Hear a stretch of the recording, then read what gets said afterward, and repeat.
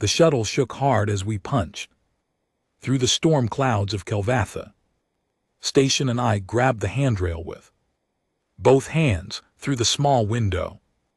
Beside my seat, I could see the massive, floating fortress below us. It was the size of a small moon covered in metal. Spires and glowing blue lights in it hung in the sky of a giant orange planet like some kind of impossible jewel. My name is Marcus Vance, and 1 hour ago I had been told I would probably not survive my first week at this place. The alien pilot sitting in front of me was a tall reptile creature with scales the color of wet stone. He had not looked at me once during the entire flight. When I had tried to say hello in his language, he had made a sound that my translator Chip called a noise of polite disgust. That was my first warning. My second warning came when he finally spoke right as we began our landing. Human, he said without turning his head, do you know why you are here? I was told I am a cultural exchange teacher, I answered. I am here to teach a class about Earth history. The pilot made another sound, this one. The translator did not bother to explain. He just pointed a long clawed finger at the fortress below us. That place eats soft things, he said. You should have refused the assignment. I did not answer him. I just looked out the window and watched the landing pad grow larger. I was wearing a simple gray uniform with no rank and no medals. My hair was cut short. My hands looked small and pink against the dark metal of the shuttle seat. To anyone watching, I looked exactly like what the coalition wanted me to look like, a harmless man. A teacher, a soft thing. The truth was a little different, but the truth was not written on my file, and it was not going to be shared with anyone at this school unless I decided to share it. That was the deal I had made before I left Earth. The shuttle landed with a hard bump. Door opened. A wall of cold air hit me, along with the smell of something sharp and metal, like a blade just pulled from a fire. I stepped down onto the landing pad and saw my welcome party waiting for me. There were 3 of them. The one in the middle was an old soldier of a species I did not know well. He was built like a stone wall with 4 arms and a thick gray beard that covered most of his chest. The other 2 were younger cadets, standing behind him with their eyes fixed somewhere above my head. Not one of them looked happy to see me. Teacher Vance, the old soldier said. His voice was deep and tired. I am Commandant Brell. Welcome to Kelvatha. Thank you, sir, I said and gave him a small bow. It was the correct greeting. For his rank and his culture, I had studied for weeks before this trip.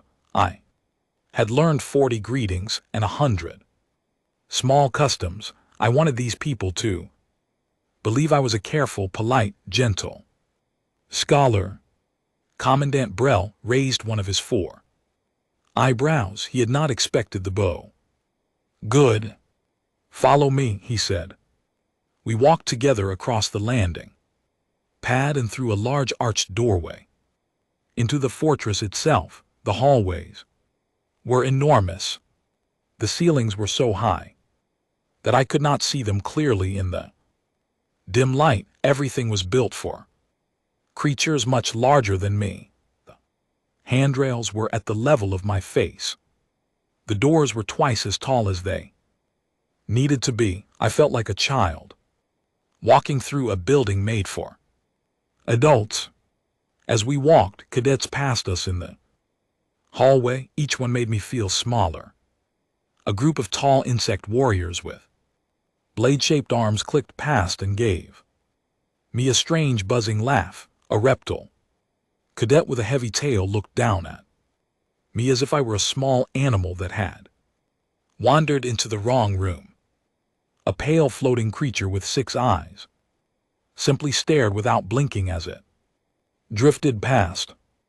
I kept my face calm. I kept my steps soft. I did not meet their eyes. You will have a small quarters near the library, the commandant said as we walked. You will teach 1 class 3 days a week. The subject will be Earth history. The cadets are not required to attend, but some will out of curiosity. I suggest you keep your lessons short and simple. Their attention will not last long. I understand, sir, I said. He stopped walking. He turned and looked down at me with his heavy gray eyes. For a long moment he said nothing. Teacher Vance, he finally said, I will be honest with you. I did not want you here. The coalition sent you because of a treaty. I must follow the treaty. But this school trains the best young warriors from 12 different worlds. They have spent their entire lives learning combat. They will not respect you. Some of them may try to hurt you. If that happens, come to me. Do not try to defend yourself. You will only make things worse. I looked up at him. I let my face show a little worry, a little fear. It was not hard to do. Part of me really was worried after all. Thank you for your honesty, sir, I said quietly. I will be careful. He nodded once, then he turned and led me to my quarters. The door was so tall that the handle was above my head. I had to stretch to reach it. I heard one of the young cadets behind me make a small laughing sound. I did not turn around. Inside my room, everything was too big. The bed was the size of a small boat. The desk was at chest height for me, which meant I would have to stand on something to use it. The closet was so deep I could have walked into it and disappeared. I put my single bag down on the floor and sat on the edge of the giant bed. My feet did not touch the ground. I allowed myself exactly 10 seconds to feel tired. Then I stood up, walked to the small window, and looked out at the fortress around me. Somewhere in this building were 300 cadets, the sons and daughters of the most powerful families in the galaxy. Each one had been trained since childhood to fight.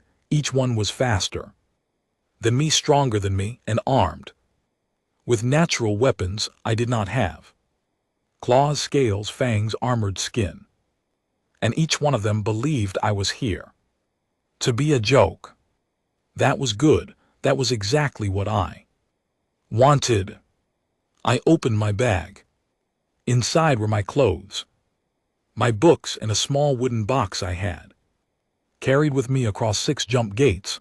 I opened the box and looked at what was inside. 3 medals wrapped in soft cloth, 1 paper folded and sealed, single photograph of a group of men and women in dark uniforms standing in front of a jungle so thick it looked black. I was in the middle of that photograph. I was 22 years old then. I was smiling.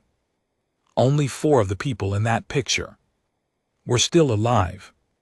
I closed the box. I put it under the bed, where it would stay for the next year of my life, hidden and forgotten. That life was not who I was here. Here I was. Teacher Vance, the small pink man who had come to talk about Earth history. That night I went to the large dining hall for my first meal at the school. The room was enormous, filled with long tables and the loud noise of hundreds of cadets eating. Heads turned as I walked in. Conversation stopped. Laughter began. I took a tray and stood in line with the cadets, and I could feel every eye in the room on me. That was when I saw her. She sat at the center table, surrounded by a ring of other cadets who leaned toward her as if she were a fire on a cold night. She was tall even by the standards of this place. Her fur was golden, her eyes were the color of old honey, and her claws were polished so dark they looked like black glass. She wore the uniform of the elite combat class. She laughed at something one of her friends said, and her teeth flashed. And I knew exactly who she was. Princess Kyra Vess, daughter of the Tharnix royal family, the single most dangerous young warrior in the school. She turned her head, her eyes found me. Across the room, I felt the weight of that gaze land on me like a heavy hand. She looked me up and down once slowly. Then she smiled. It was not a kind smile. She leaned over to the cadet beside her and said something, and all of them began to laugh. A few of them pointed at me openly. I held her eyes for one more second. I took a breath, then I looked down at my tray, picked up my food, and walked to an empty table in the back of the hall. I sat with my back to her. I ate slowly. I did not look up again. Let her laugh, I thought. Let all of them laugh. They had a whole year to learn what I really was. And I had a whole year to decide whether I would ever let them find out. The wind outside the fortress howled against the metal walls. Somewhere far below me, the orange gas giant turned in silence, and in a dining hall full of creatures who believed I weak, I sat alone and finished my meal in peace. The first day was over. 364 to go. My first real class was scheduled for the next morning at the 8th hour. I arrived 30 minutes early, as I always did. The training room they had given me was small by the standards of the school, which meant it was still larger than most gymnasiums on Earth. The floor was a soft gray material that would absorb the impact of a heavy fall. The walls were padded up to the height of 10 ft. The ceiling had a rack of training weapons, but all of them were set to practice mode with dull edges and low power. I walked the room slowly. I checked every corner. I looked up at the observation deck that ran along one wall, where instructors and cadets could watch any match that took place. I counted the exits. I noted the position of the emergency medical station. Old habits. When I was finished, I stood in the center of the room and waited. I did not pace. I did not check the time. I simply stood there, breathing slowly, looking at the door. The first cadet arrived 10 minutes before class. He was a young reptile, not much more than a boy by his species, with bright green scales and nervous eyes. He stopped when he saw me, bowed his head once, and took a seat on one of the long benches along the wall. He did not speak. More cadets trickled in, a pair of insect warriors, a heavy four-legged creature who looked like a small elephant with thick armored plates, tall bird-like being with long thin arms and feathers the color of storm clouds. Each one looked at me, then looked at the door and sat down in silence. I had expected perhaps 10 cadets, maybe 15. When the 8th hour arrived, there were 40 of them in the room, and still more coming through the door. And then I understood. Word had spread. The soft pink teacher had arrived. This was going to be a show. At 1 minute past the hour, the door opened one more time and Princess Kyra Vess walked in. She came alone, but her presence filled the room. The other cadets shifted on their benches and made space for her at the center of the front row. She walked past me without looking at me, sat down with the easy grace of a large cat, and crossed her long legs. Only then did she turned her honey-colored eyes on me. "Teacher," she said, her voice was low and smooth like a soft growl, "we are waiting." I gave her a small nod. I walked to the front of the room and placed my hands behind my back. "Good morning," I said in clear, simple, common tongue. "My name is Marcus Vance.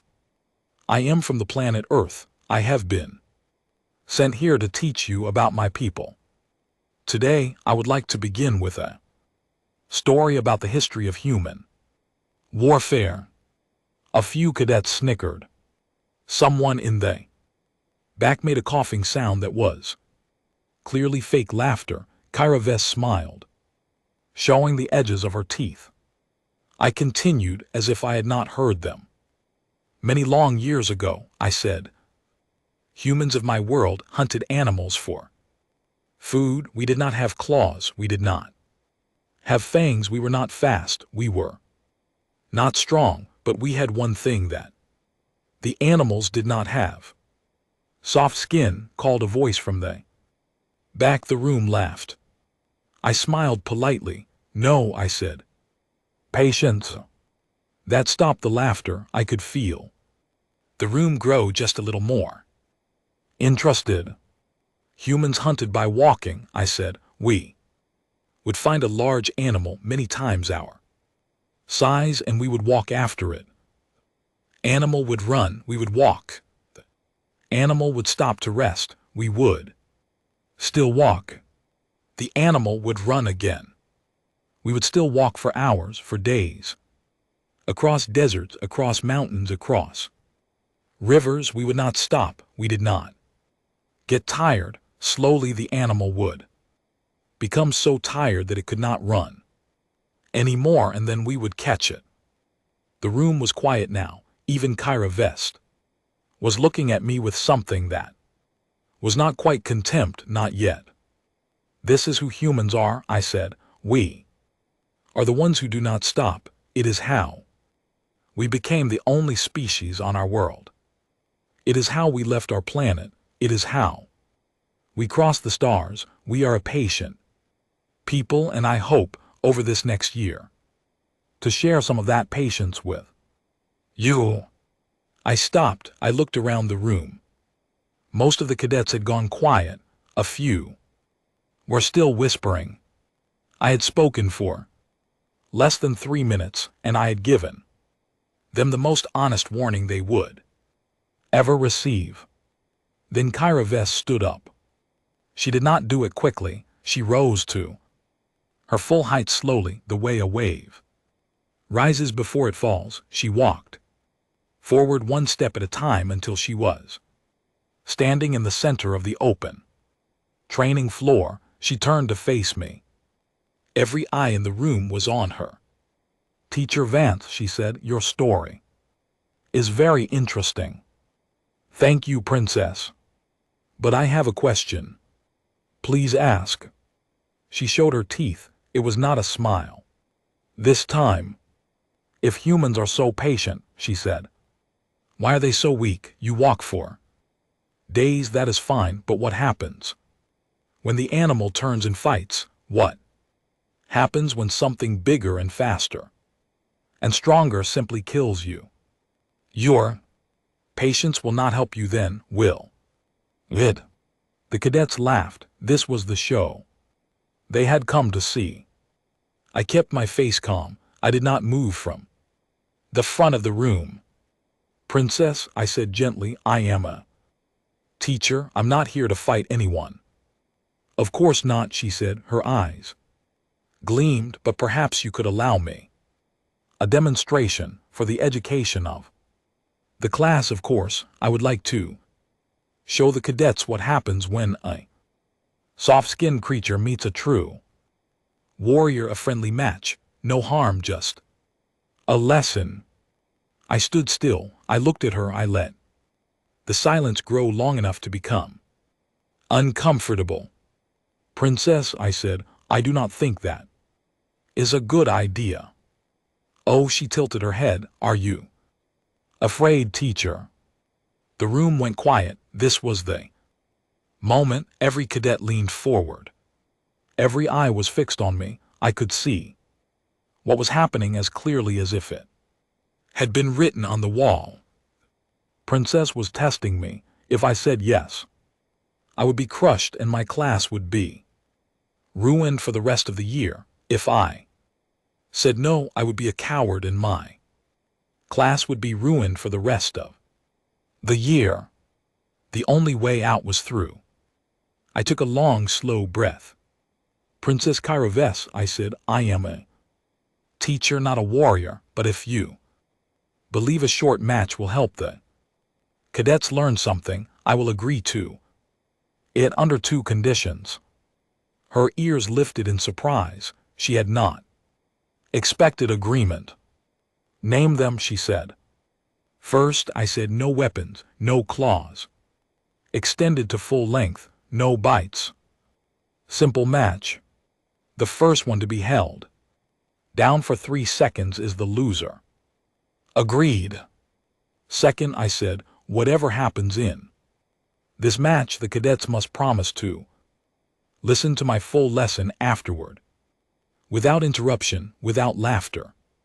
She smiled. She thought I was asking this because I expected to lose and wanted to save face. She did not understand that I was asking for exactly the opposite reason.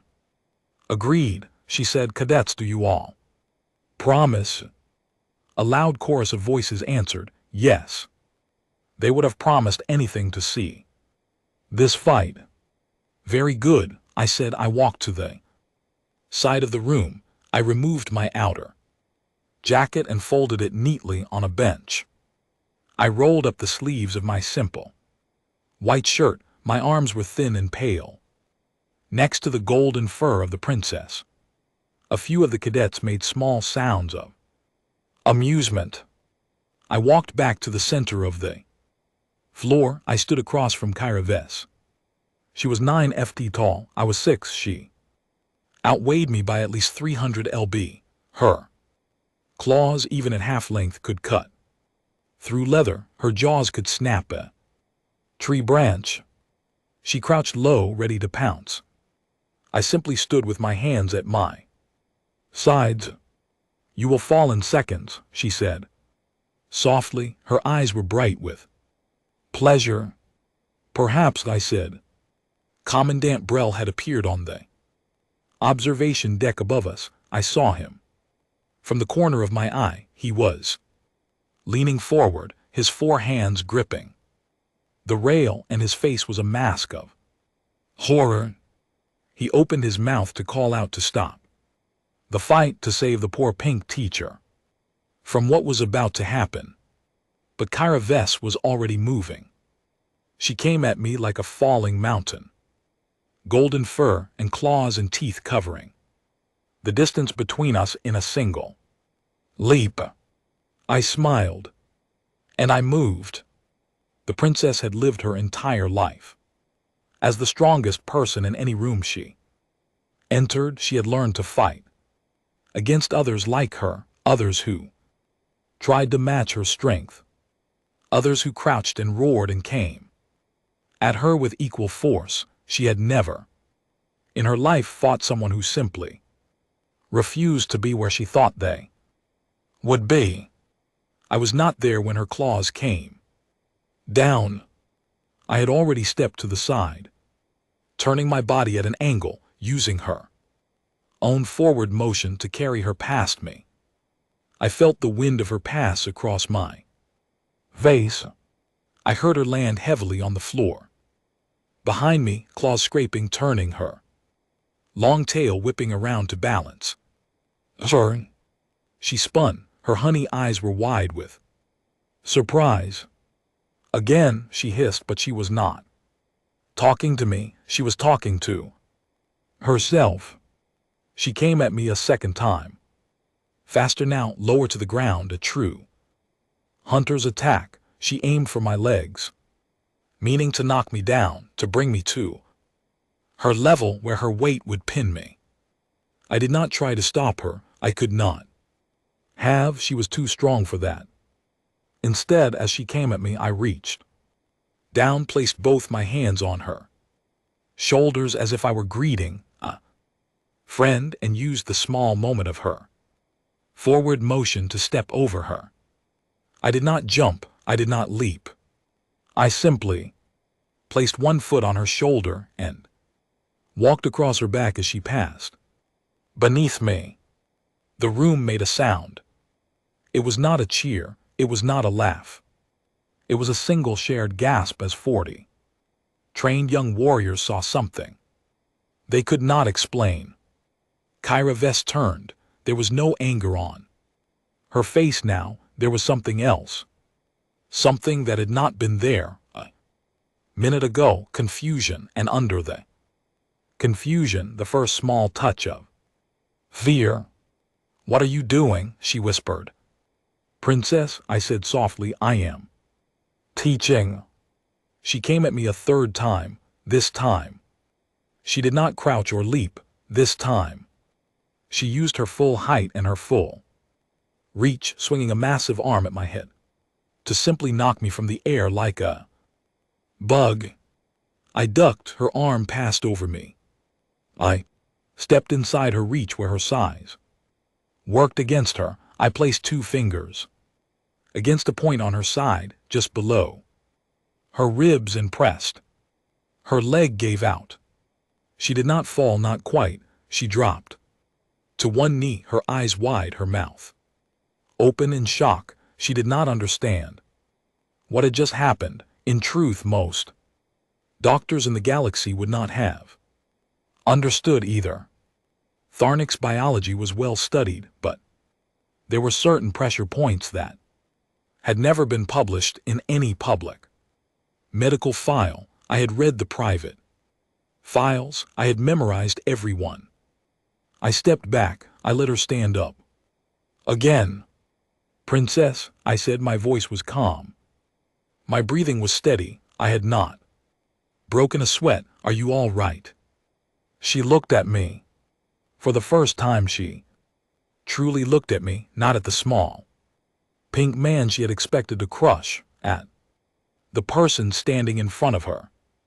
Something in her honey eyes had changed. "What are you?" she asked quietly. "I told you," I said, "I am a teacher."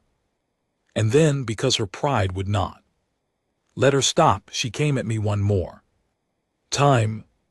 This time I did not play. This time I did what needed to be done. I caught her wrist as she swung. I turned under her arm. I used her own great weight and her own great strength, and in one smooth motion that took less than a single second, I put her on the floor. She landed flat on her back. My forearm was across her throat, not pressing, just resting. And GT snorts. And GT, showing her that it could press if I chose. My knee was on her upper chest, pinning her down with a simple balance of weight and angle that her hue muscles could not break without hurting her own neck. I held her there 1 second, 2 seconds, 3 seconds. The match was over. The room was completely, utterly silent. I did not get up right away. I looked down at her face. Her golden fur was ruffled, her eyes were wide, her great chest was rising and falling quickly under my knee. She was not hurt. I had been very careful not to hurt her, but she had been beaten completely and totally by a soft pink man who had not even raised his voice. I leaned down close to her ear. I spoke in her own language, in the royal dialect of her home world, quiet, gentle, just for her. "Now, princess," I whispered, "shall we begin the real lesson?" I stood up. I stepped back. I offered her my hand. For a long moment she did not move. She simply stared up at me. Then slowly she reached up and took my hand. I pulled her to her feet. She was taller than me by 3 ft, stronger than me by every possible measure, and for the first time in her life she was looking at someone the way a student looks at a master. I turned to the class. 40 cadets stared back at me, every one of them had gone pale or what passed for pale in their species. No one was laughing, no one was whispering. The insect warriors had lowered their blade arms. The reptile cadet in the front row had closed his mouth. Even the floating, six-sided creature had stopped drifting and hung completely still in the air. "Thank you, Princess Caravas," I said, for me with the demonstration. She did not answer. She simply returned to her seat slowly and sat down. She did not take her eyes off me. I walked back to the front of the room and placed my hands behind my back, exactly as I had done before. "Now," I said, as I was saying the history of human warfare, it is a long story and it will take us many weeks to tell it properly, but I think we have time for it, do we not? 40 heads nodded as one. I smiled. "Good," I said, "then let us begin."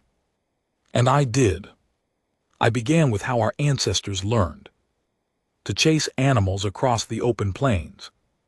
I spoke of how they learned to work together in groups, how they learned to send signals to each other without words, how they learned to plan hunts many hours before the first step was taken.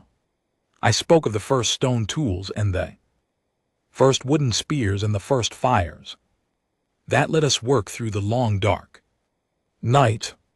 I spoke of how humans spread across our home world, from the hot desert to the frozen north, carrying nothing but our minds and our patience and our refusal to give up. I spoke for 1 full hour. Not a single cadet interrupted me, not a single one laughed, not a single one looked away. When I finished and told them class was over, they stayed in their seats for another long moment, unsure if they were really free to leave. Then they stood up one by one and filed out of the room. Each one bowed their head to me as they passed, even the tall insect warriors, even the floating six-sided creature. Princess Caravas was the last to leave. She stopped at the door. She turned. She looked at me across the empty room. "Teacher Vance," she said. "Yes, Princess. I will be at your next class. I look forward to it." She paused. Her tail twitched once, slowly behind her. "Teacher Vance." "Yes, Princess. Who are you truly?" I met her eyes across the long, empty floor. I let a small, real smile touch my mouth, the first real one since I had arrived at this place. "I'm a teacher, Princess," I said. "That is all I am here." She looked at me for a long, long moment, then she nodded once and left the room. I stood alone in the empty training hall, listening to the soft hum of the air system and the distant sounds of the fortress around me. Somewhere far above, Commandant Br was still gripping the rail of the observation deck with all 4 hands. I wondered how long it would take him to come and find me. I wondered what he would say. I rolled down my sleeves. I put my jacket back on. I picked up my books and walked out of the room. The second day was not even half over yet. 3 weeks passed. The cadets no longer laughed at me. They no longer whispered when I walked past them in the halls. They did not bow to me the way they bowed to their combat instructors, but they no longer looked at me as if I were a strange small animal wandering through their school. Some of them even greeted me when we crossed paths. A small nod, a murmured "Teacher," that was all. It was enough. My class had grown to 90 cadets. The training room was now too small to hold us all, and we had moved to the main lecture hall which could hold 200. I stood at the front every morning and spoke about my people, the long history of Earth, the wars we had fought and the lessons we had learned, the stubborn way a soft pink species had clawed its way into the stars. I kept the lessons simple. I did not brag, I did not threaten, I did not need to. The story of what had happened on my first day had spread across the entire school within hours. By the end of that first week, I believe every cadet in the fortress knew it by heart. The princess had attacked the teacher. The teacher had not run. The teacher had put the princess on the floor in less than 3 seconds. The soft pink man was not what he looked like, but no one knew what I actually was, and that was exactly what I wanted. Princess Kyrevs came to every class. She sat in the front row now, not the center of the crowd, but off to the left side alone. She took notes on a small pad. She asked questions, good questions, thoughtful questions. Her voice had lost the smooth, teasing tone it had carried on the first day. When she spoke to me now, she spoke the way a student speaks to a teacher she respects. It was a strange thing to hear, coming from a 9FT royal warrior with claws of black glass, but there it was. After class, she often waited for me outside the lecture hall. She would walk with me to the library or to the dining room or back to my small quarters. She would ask me more questions as we walked about Earth, about humans, about what I had said in class. I answered everything I could. I spoke of things that were in any school history book, public things, safe things. I never spoke of the medals in the wooden box under my bed. I never spoke of the jungle in the photograph. I never spoke of the 3 years I had spent on a world whose name was still marked secret in coalition files. She did not ask those things, not yet. On the 22nd day of my time at Kelvatha, she asked me a different question. We were walking through one of the long outer halls of the fortress, past a row of tall windows that looked out on the swirling orange clouds of the gas giant. Below, the hallway was empty. It was late in the evening, and most of the cadets had gone to their dormitories. Teacher Vance, she said. Yes, Princess. May I ask you something that is not about your lessons? I looked up at her. Her face was turned toward the window. I could see her reflection in the glass, tall and golden, beside my own small reflection. You may ask, I said. Why did you come here? I thought about the question for a moment. Because I was sent, I said. That is not an answer. It is the answer I can give you. Princess. She stopped walking. She turned to face me. Her honey eyes were serious. Marcus, she said. It was the first time she had used my given name. Something is happening in the galaxy. Something bad. My father writes to me. The raids on the border worlds are becoming worse. Whole colonies have gone silent. The coalition fleet cannot stop them. My own people, the Tharnics, we have sent our best warriors to fight, and they have not come back. We are losing. I do not say this lightly. My people do not lose. We have never lost a war, but we are losing this one. She paused. She watched my face carefully. And then she said, the coalition sends a human teacher to our most important school. A single man, no ceremony, no announcement, just a quiet arrival and a quiet assignment. And that man is not what he appears to be. That man can put the strongest cadet in the school on the floor in 3 seconds without breaking his breath. And that man refuses to say why he is really here. She leaned down a little. Her face was now close to mine. Marcus, she said quietly, who sent you and why? I did not answer right away. I looked out the window at the orange clouds. I thought about what I was allowed to say. I thought about what I wanted to say. For the first time since arriving, I thought that perhaps these were not the same thing.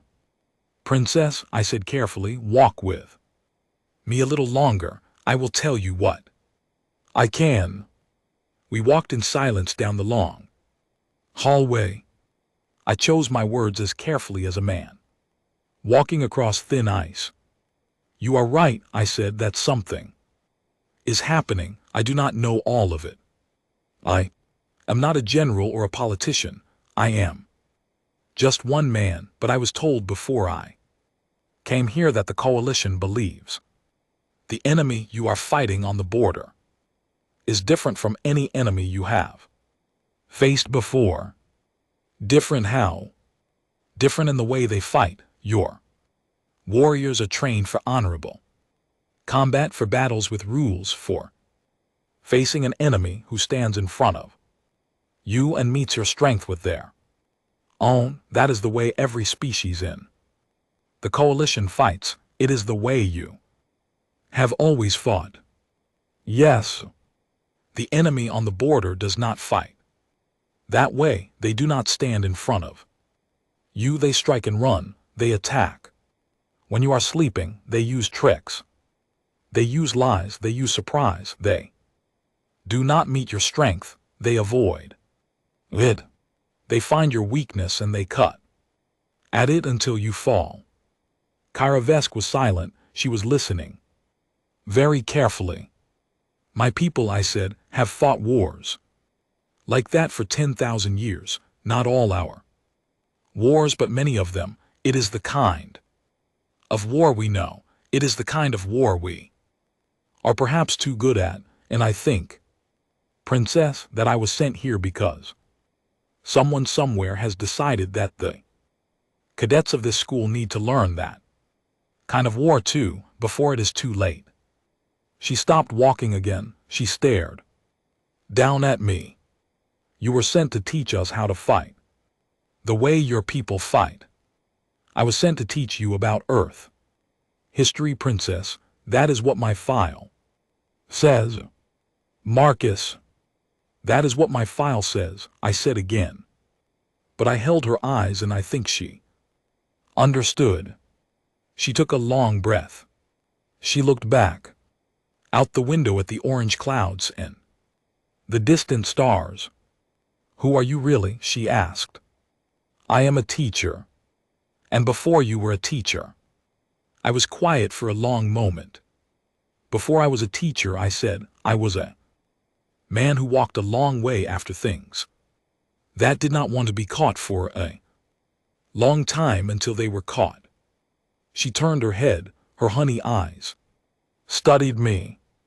Your patient story, she said, on your first day. Yes, that was not a story about ancient humans. That was a story about you. It was a story about my people, I said. I am one of my people.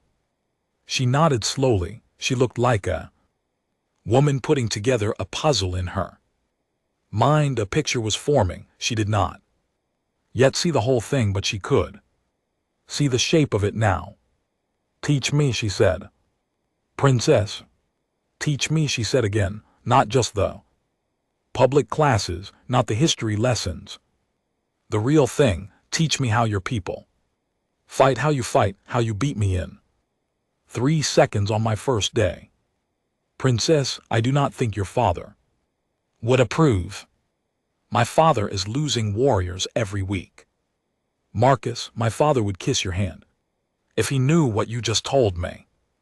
I looked at her for a long moment. I thought about it. I thought about the quiet orders I had been given before leaving Earth. I thought about the sealed paper in the wooden box under my bed and what it allowed me to do. All right, I said. Her ears lifted. All right. All right, I will teach you, but you must agree to my rules. You will not speak of our lessons to anyone, not yet.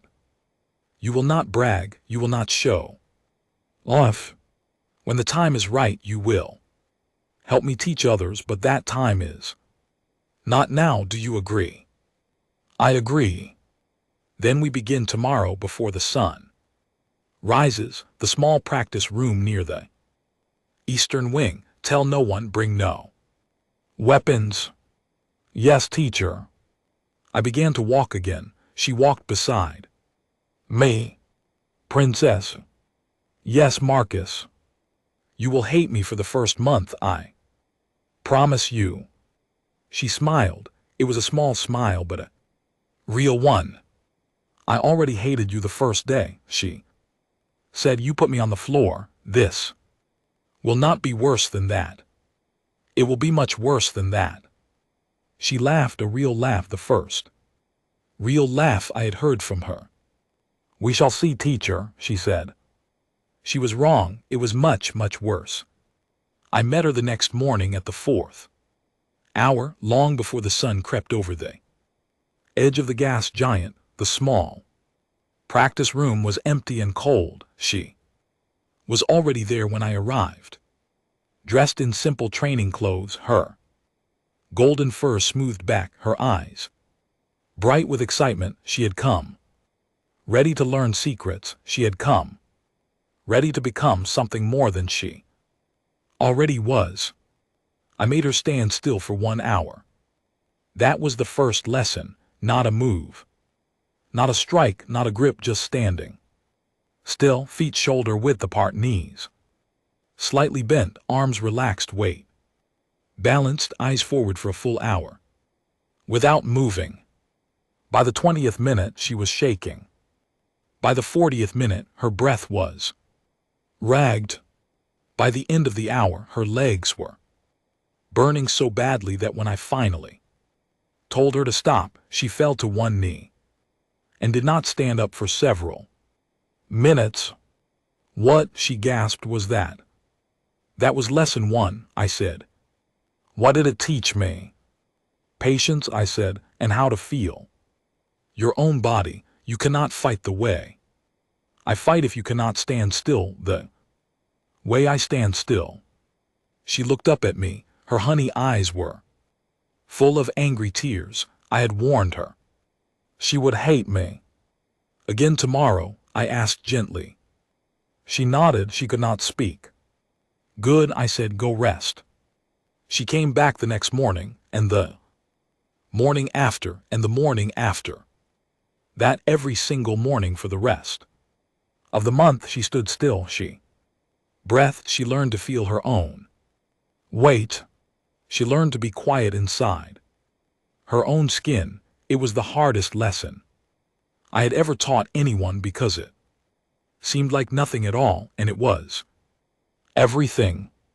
By the end of the 4th week, she could stand still for 2 hours without moving. By the end of the 6th week, she could do it without tiring. By the end of the 8th week, she no longer hated me for it.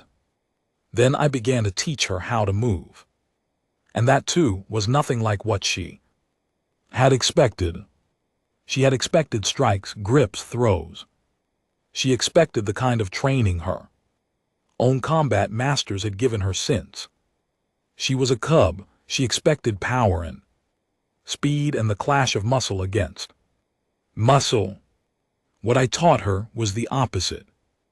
I taught her how to step so lightly that the floor did not creak.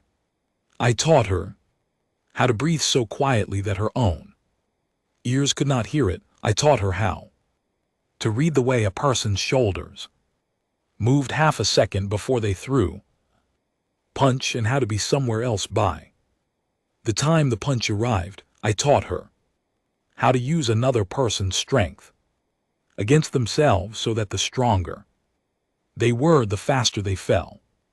I taught her how to wait for hours if needed for one perfect moment to act. I taught her how my people hunted And slowly, day by day, Princess Kyra Vest became something her own species had never seen before. She became quiet. She became patient. She became, in a word, dangerous in a way that no Tharnix warrior had ever been dangerous. And outside our small practice room, the galaxy continued to burn. The reports from the border grew worse. Each week, 3 more colonies went silent. A coalition battle group lost half its ships to a raid that came out of empty space with no warning. The raiders had a name now. Someone had captured a recording of their battle. Speech and translators had finally put a sound to them. The Kyriuof. That was what they called themselves. I first heard the name on the 68th day of my time at the school. I was walking through the main hall when I passed a group of instructors crowded around a news display. Their faces were grim. The images on the screen showed a ruined space station, its walls broken open, its lights dark. Beside the image was a simple word in common tongue: Kyriuof. I stopped. I stared at the screen for a long moment. One of the instructors, an older Tharnix with silver fur on his muzzle, noticed me. He looked at me with tired, worried eyes. "You have heard of them, teacher?" he asked. "I have heard the name," I said. "They are coming closer," he said. "Every week closer. The border is falling back. Soon there will be no border." I nodded. I did not answer. I could not answer, not honestly, without saying things I was not allowed to say. I went to my quarters. I locked the door. I knelt down beside the bed and pulled out the small wooden box. I opened it. I took out the single sealed paper. The paper was a set of orders, not the public orders that had sent me here as a teacher. The private orders, the one signed by 3 different people whose names were not written on any public list. I read the orders again, though I knew them by heart. If the Kurath reached the school, I was authorized to take command, not the commandant, me. I sat on the floor of my quarters for a long time after that, holding the paper in my hands, thinking about the cadets in the rooms below me and above me, the young warriors of 12 worlds who did not yet know what was coming for them. That night I could not sleep. I got up. I walked to the window. Gas giant turned slowly below me, orange and red and deep brown, vast and calm and ancient. Somewhere beyond its curve, out in the dark between the stars, the Kurath were coming. I did not know when.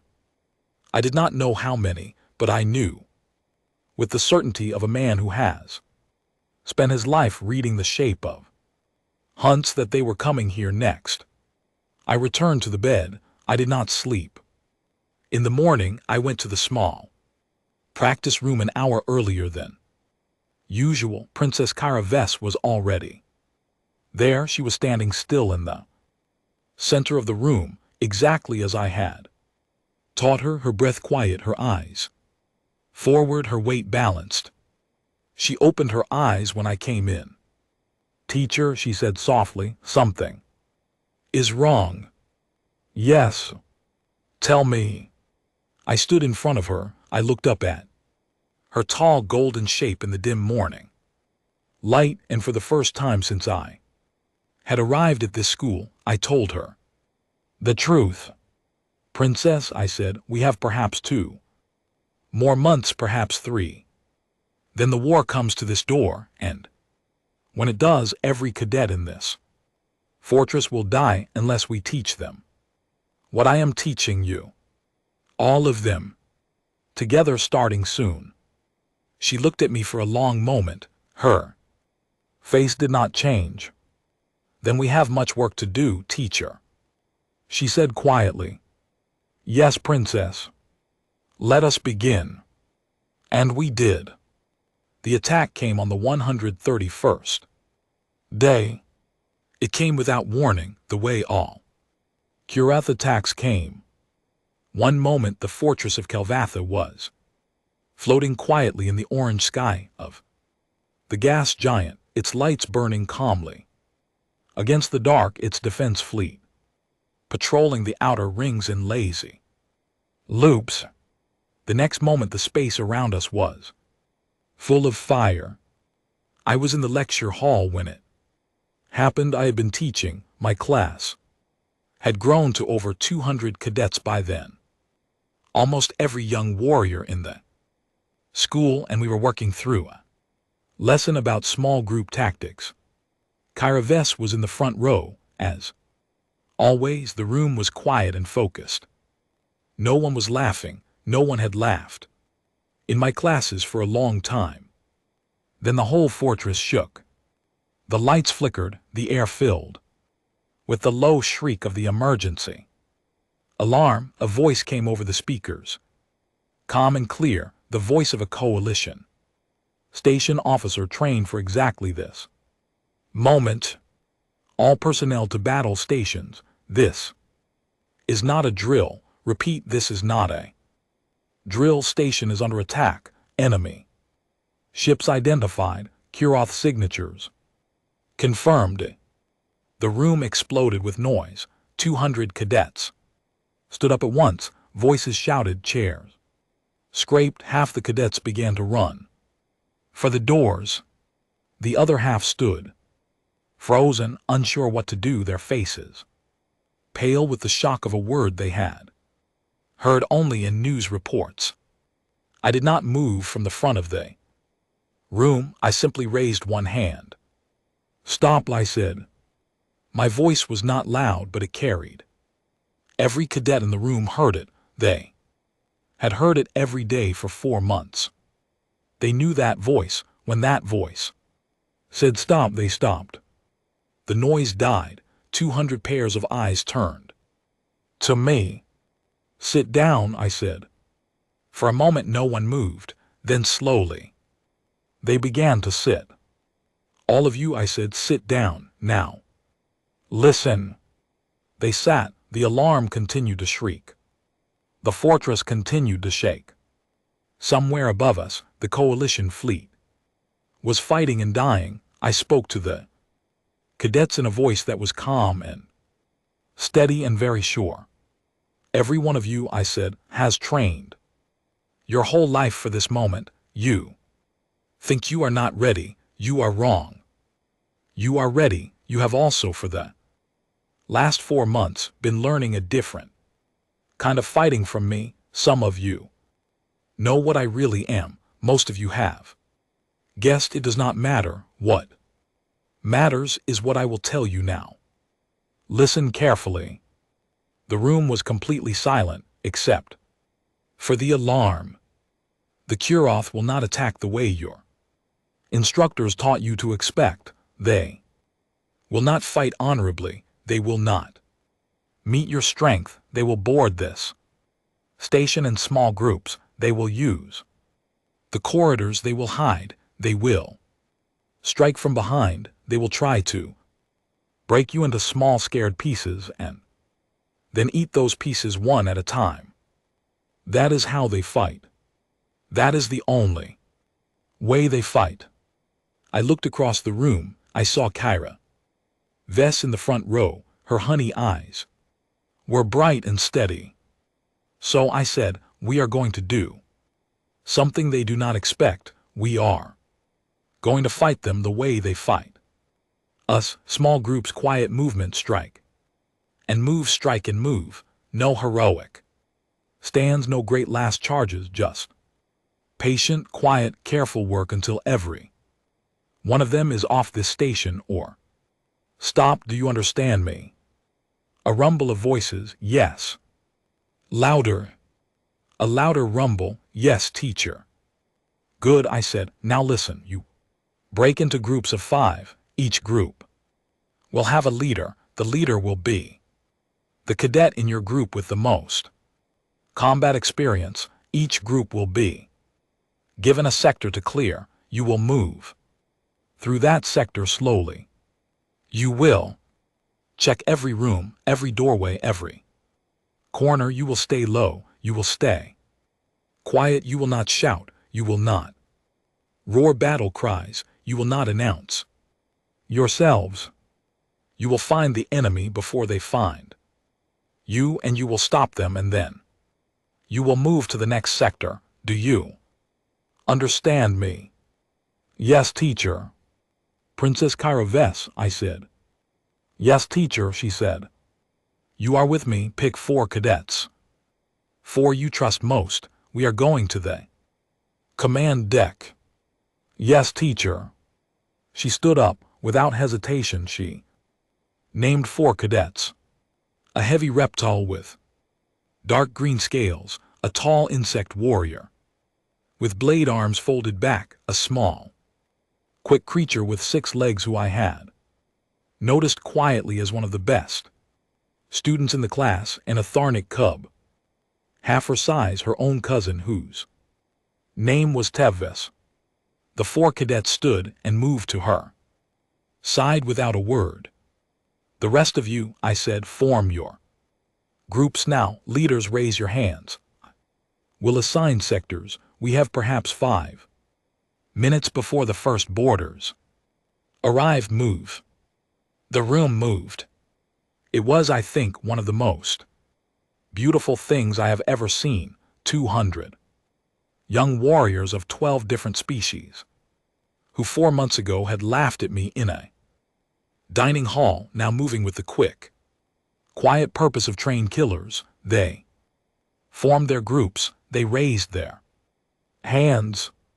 I gave them their sectors in quick, hard sentences. Within 3 minutes, they were out the doors and moving through the corridors of the fortress. Only then did I allow myself one deep breath. Kyvars was watching me. The 4 cadets behind her were silent. Teacher, she said quietly, the commandant. Yes. He will not allow you to take command. The commandant is likely already dead. Princess, if he is not, he soon will be. The Kuroth will have targeted the command deck first. That is where we are going. Her face did not change. She simply nodded. We moved. The corridors of the fortress were chaos. Smoke hung in the air. Emergency lights flashed red. Cadets and instructors ran in a dozen directions, some to their stations, some away from them. I moved through the crowd with Kyvars and her 4 at my side, and I kept my breathing steady and my steps quick and my eyes moving. I noted every doorway. I counted every turn. I listened for sounds that did not belong. Halfway to the command deck, I heard the first of those sounds. It was a soft click, then another, then a very faint scrape like something metal being dragged along a wall. It came from an adjoining corridor off to our left. The corridor was dark. Its emergency lights were out. I raised a closed fist. The 5 behind me stopped immediately, silent still, just as I had trained them to be. I pointed at Kyra. I pointed at my eyes. I pointed into the dark corridor. She nodded. She slipped past me, silent, on her large padded feet, and disappeared into the dark. 10 seconds passed, 20. Then I heard a very soft sound, not a cry, not a fight, just a single quick intake of breath cut off in the middle. Kyra returned. Her golden fur was streaked with dark fluid that was not her own. Her face was perfectly calm. 3, she whispered. All stopped. 2 had breathing tanks. I think they were planning to set a gas. I nodded. Good, show me. We entered the dark corridor. There on the floor lay 3 creatures I had seen before only in classified files. The Kylorath. They were smaller than I had Expected, not much larger than a man. Thin with pale skin and long thin limbs. And wide flat eyes, they wore dark armor, they carried short rifles and small packs of equipment, they looked in some strange way a little like insects, dressed up as soldiers. But their faces were intelligent, more intelligent than I would have liked. These were not wild raiders, these were professionals, trained operators. I had read their file, I had expected nothing less. I knelt beside one of them, I snorts. Checked the pack on his back, inside was a gas canister, just as Kaivar's had. Guessed a small timed release. They had been planning to flood a section of the corridors with a sleeping gas, then move through and finish the sleepers at their leisure. Princess, I said quietly, take the gas canister, find the main ventilation control room 2 decks below, have your cousin rig it to release in the sections we believe are heaviest with Kyrath. Use their own trick against them. Yes, teacher. She handed the canister to the small, quick 6-legged cadet, whispered instructions, and sent her on her way, with a Tharnix cub as guard. The cub nodded once to her older cousin, and followed. The 4 of us continued to the command deck. We found it as I had expected. The doors were blown open, smoke poured from they. Inside, I did not need to enter to know that Commandant Brill was gone, but I did enter. I had to.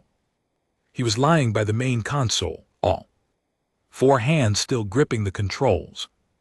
His gray beard was streaked red, his eyes were closed, he looked peaceful. I knelt beside him and closed his eyes properly with my fingers. I whispered small word in his own tongue that meant safe travels to where you are going. I stood up. 3 Kyrath were in the room. They had been working at the main controls, trying to take over the station systems. They had not expected anyone to reach them so quickly. They turned as we entered. None of them lived to fire.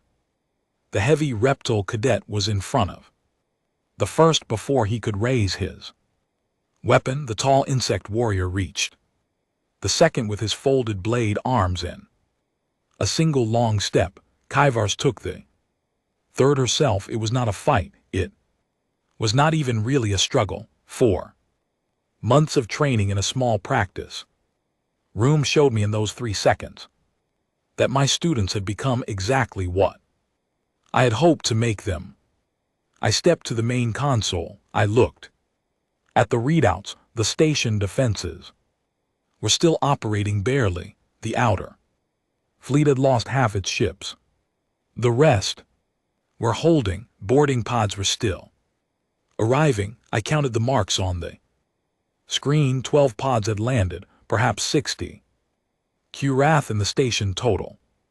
200 of my cadets against 60 Kyrath in corridors they had been trained in using tactics their enemy did not expect. I opened the station-wide communication channel. I took a long breath. This is Teacher Vance, I said. My voice went out to every speaker in the fortress. Commandant Brell has fallen at his post. I am taking emergency command under Coalition Authority number 710.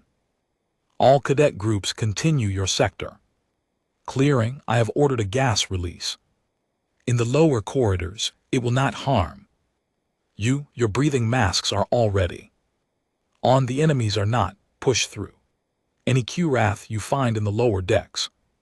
They will be slowed. I paused. Cadets, I said, listen to me now. You are doing well, better than well. I have watched many soldiers in my life. I have watched the best soldiers of my own world. You are their equals. You will live through this hour, and you will live through many hours after this, and the whole galaxy will learn what happens When the Kurath come to a place full of patient warriors, move carefully, stay quiet, watch your corners. We are not losing this fortress, we are teaching these raiders what it means to attack the wrong school. I closed the channel. I looked at Kyra Vest, her honey eyes were bright. Teacher, she said, authority number 710. A real authority, princess. You were allowed to take command this entire time. Only in an emergency. She looked at me for a long moment. You are not a teacher, she said softly. I am a teacher, princess. Today I'm also something else. She nodded slowly. What do we do now? I looked at the screens. The last of the boarding pods had landed. The gas was releasing in the lower corridors. My cadets were moving through their sectors. 3 of the cadet groups had already reported sectors cleared using the simple code signal I had taught them. The fortress was ours, or it would be within the next hour. Now, princess, I said, we walk the halls, we help where we can, we lead by being seen. The cadets need to know their teacher is with them, so that is what we do. Yes, teacher. We left the command deck. The 4 cadets fell in behind us. We walked back through the corridors of Kelvatha, and we found our students group by group. And we fought with them where we had to fight, and we moved past them when they did not need us. And slowly, corridor by corridor, the Kurath fell or fled back to their few remaining pods and tried to escape into the fire of the coalition fleet above. By the 4th hour after the attack began, the fortress was still. The relief fleet arrived shortly after. 3 coalition battleships answering the distress call. They docked with what remained of our defense ships and sent boarding teams to secure the station. They found it already secured. They found me standing in the main landing bay, covered in dust, with Princess Kyra Vess at my right hand and 200 young cadets of 12 different species forming ranks behind us. The fleet admiral, an older Tharnix with silver-gray fur, stepped off his shuttle and looked at me for a long moment. Teacher Vance, he said. Admiral, I read the reports. I am told you held the station with cadets. Your coalition trained the cadets. Admiral, I only guided them. He looked past me at the ranks of young warriors. He looked at his daughter standing at my right hand. Yes, his daughter. I had realized it that morning. From the shape of his face, Kyra Vance had not told me. She had not needed to. Kyra, he said softly. Father, she answered. He walked to her. He placed one huge hand on her shoulder. He looked her in the eyes. I do not know what passed between them, some silent thing only Tharnix share. Then he turned back to me. Teacher Vance, he said, my daughter writes to me of your lessons. She writes to me of things I did not think any outsider could teach. Tharnix, she writes to me of you as she writes of no other teacher she has ever had. I think perhaps I understand why. Now, thank you, Admiral. He looked down at me. He was very tall. He did not feel tall to me in that moment. The galaxy is changing, he said. My people are losing. Many peoples are losing. We do not know how to fight this new war, but you do you not? Some of it, Admiral, some of us do. Then I think we have much to talk about, you and I. I believe we do. He nodded. He turned. He walked back to his shuttle to give orders. Kyra Vance remained beside me. The cadets remained in their ranks. I looked at my students, 200 young Faces, some injured, some exhausted, all alive, all standing. Cadets, I said quietly. They snapped to attention. You did well today, I said. You did very well. I am proud of each of you.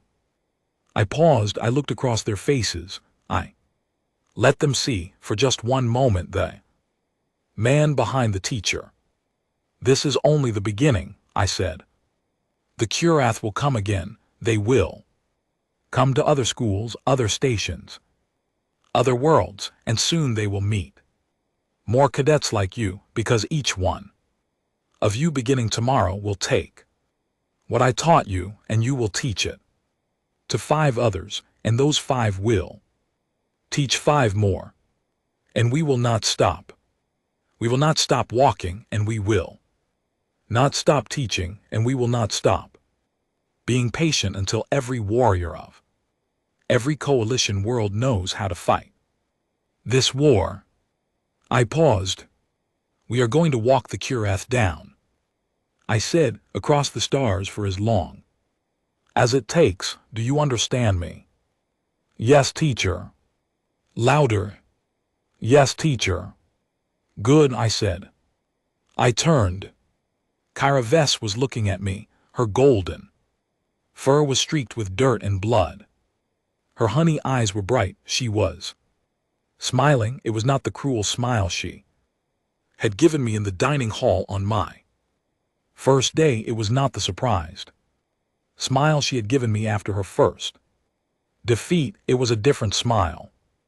A smile I had seen once or twice before on the faces of people I had fought beside in other wars on other worlds. It was the smile of Pack. Teacher Vance, she said softly. Yes, Princess. Where do we walk next? I looked out through the open landing bay doors at the stars beyond. The orange clouds of the gas giant rolled. Far below us, the broken ships of the Curath raid floated silently in the space around the fortress. Somewhere in the dark far beyond our sight, more of them were coming. More raids, more attacks, more silent colonies, more frightened worlds. And somewhere in all that dark was the place they had come from. Everywhere, Princess, I said quietly. We walk everywhere until there is no more dark left to hide in. She nodded slowly. She took her place at my right hand. Behind us, 200 young warriors waited for orders. And above us, in the still, cold quiet, after the worst night Kelvatha had ever seen, the first light of a new morning was beginning slowly to touch the edge of the fortress walls. The patient ones had arrived, and we were just getting started.